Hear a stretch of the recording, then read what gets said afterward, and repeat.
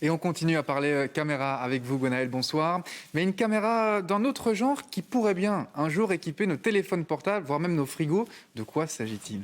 Alors, ça s'appelle caméra parce que le fonctionnement s'en inspire, mais plutôt que de capter la lumière comme le ferait une caméra, l'outil dont je vais vous parler capte les molécules chimiques, les gaz dans l'atmosphère de façon sélective en fonction des composés qui sont présents dans l'air.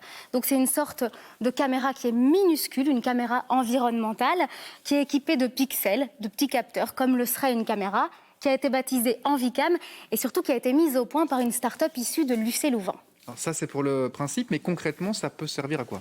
Mais ça sert à rendre visible ce qui ne l'est pas. Donc concrètement, si vous insérez cette petite puce, qui est toute petite, dans votre smartphone, elle va vous donner une information très précise sur la qualité de l'air à l'endroit où vous vous trouvez. Donc, par exemple, les pics d'ozone qui sont critiques pour les patients asthmatiques ou une présence trop élevée de CO2, signe qu'il est temps d'aérer un endroit clos.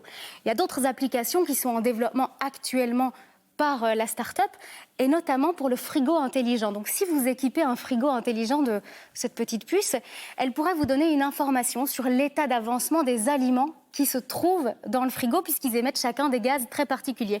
Et cette information, elle peut vous parvenir assez simplement via une application sur votre smartphone.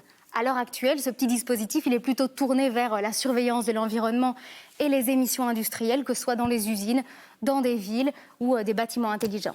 Alors, en quoi est-ce que c'est vraiment nouveau ? Parce que ça existe déjà, des capteurs de surveillance de l'environnement, non ? Oui, la grande nouveauté, elle réside surtout dans la miniaturisation du système. C'est 3 mm tout au plus. Ça le rend très peu coûteux, en tout cas beaucoup moins coûteux à la fabrication et donc plus accessible.